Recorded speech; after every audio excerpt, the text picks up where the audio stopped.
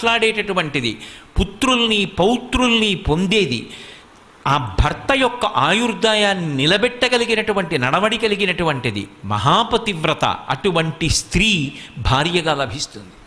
లక్ష్మీదేవి యొక్క స్తోత్రము అంత గొప్పదిగా వర్ణింపబడింది. అందులో ఆ తల్లి దర్శనమిచ్చింది. నేను ఎక్కడ ఉంటాను అంటే, కైలాసే పార్వతీత్వంచ క్షీరోధే సింధుకన్యక.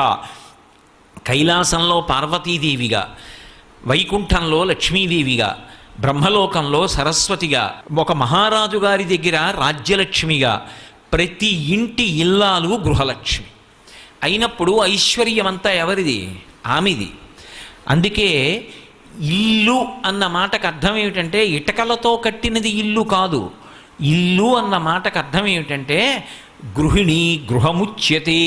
గృహము అని ఎప్పుడు పిలుస్తారంటే దాని యందు ఇల్లాలు ఉన్నంత కాలమే గృహము.